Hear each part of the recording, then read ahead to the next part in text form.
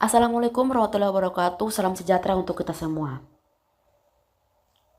Perkenalkan, nama saya Dewi Sinta Mata dan teman saya Venesia Karasman Saleh. Baik, di sini kami akan menjelaskan tentang aliran melalui anulus. Yang pertama, pengertian.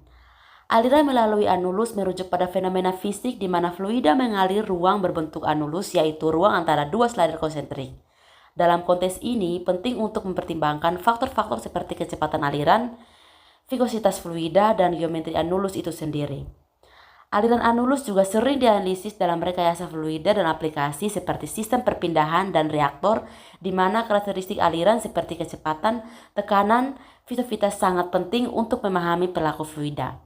Aliran dalam anulus dapat bersifat laminar dan turbulent, tergantung pada faktor-faktor tersebut. Yang kedua, tujuan. Adapun tujuan dari aliran melalui anulus biasanya meliputi beberapa aspek seperti transportasi fluida, memungkinkan pengaliran fluida antara dua permukaan untuk aplikasi industri dan teknik. Yang kedua, peningkatan efisiensi. Peningkatan efisiensi perpindahan panas atau massa dalam sistem seperti dalam reaktor atau pertukaran panas. Yang ketiga, kontrol proses, mengatur aliran untuk mencapai kondisi operasi optimal dalam berbagai aplikasi teknik. Yang keempat, stabilitas struktur, memastikan kestabilan mekanik pada komponen yang menggunakan konfigurasi slider konsentrik. Yang ketiga, manfaat. Manfaat aliran melalui anulus meliputi A. Peningkatan efisien energi. Aliran dalam anulus dapat meningkatkan transfer panas dan massa, membuat sistem lebih efisien. B.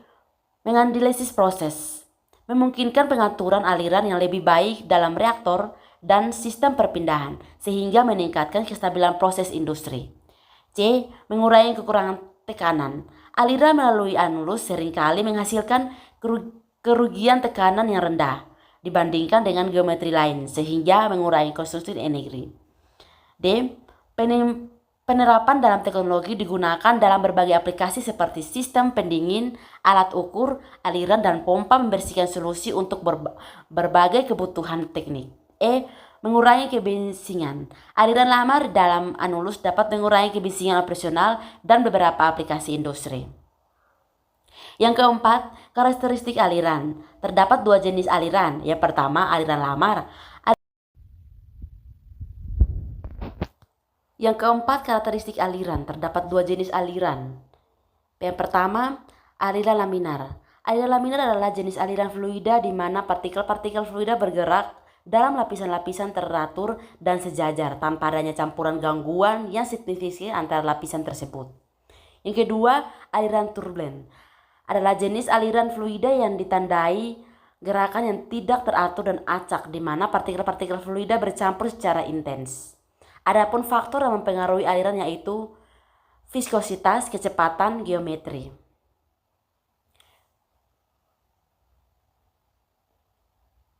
Yang keenam, hukum dan persamaan. Dalam aliran melalui anulus, beberapa hukum dan persamaan yang relevan meliputi: satu, hukum positilitas menggambarkan aliran laminar dalam pipa meskipun ditunjukkan untuk pipa prinsip dasarnya juga dapat diterapkan pada anulus untuk menghitung aliran. Rumusnya Q sama dengan Pi R4 dalam kurung P1 kurang P2 tutup kurung garis miring 8 virtutas dimentis atau pas panjang pipa, di mana Q sama dengan debit aliran volume per waktu, R sama dengan jari-jari pipa, P1 kurang P2 perbedaan tekanan antara dua titik PA, dan PAC frekuensi di mana fluida, L panjang pipa dalam kurung M. Contoh soal hukum Pestal.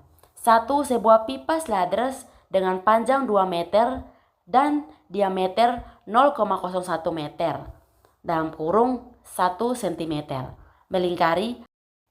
Baik, di sini juga ada contoh soal hukum Pascal. Yang pertama, sebuah pipa silindritis dengan panjang 2 meter dan diameter 0,01 meter dalam kurung 1 cm mengalirkan aliran panas suhu 20 derajat Celcius. Viscositas diameter air pada suhu tersebut adalah 0,001 pascal. Jika tekanan antara kedua ujung pipa adalah 500 Pa, hitunglah laju aliran Q air melalui pipa tersebut. Baik, di sini sudah ada jawabannya.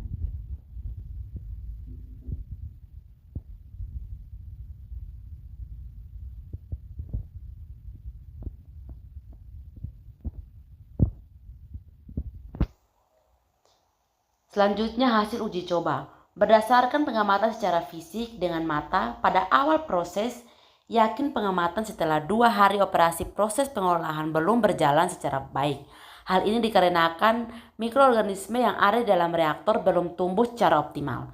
Kotoran tinja yang masuk ke dalam bak pengendapan awal masih berubah padatan atau masih menimbulkan bau. Proses yang ada tersebut masih merupakan proses pengendapan dan penyerangan secara fisik.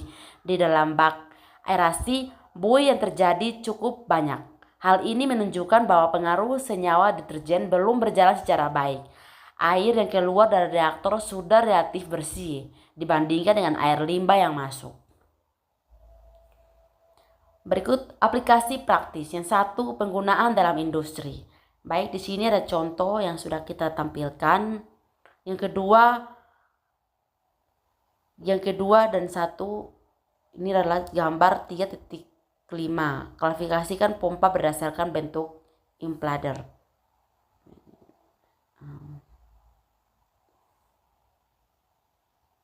Yang terakhir adalah kesimpulan.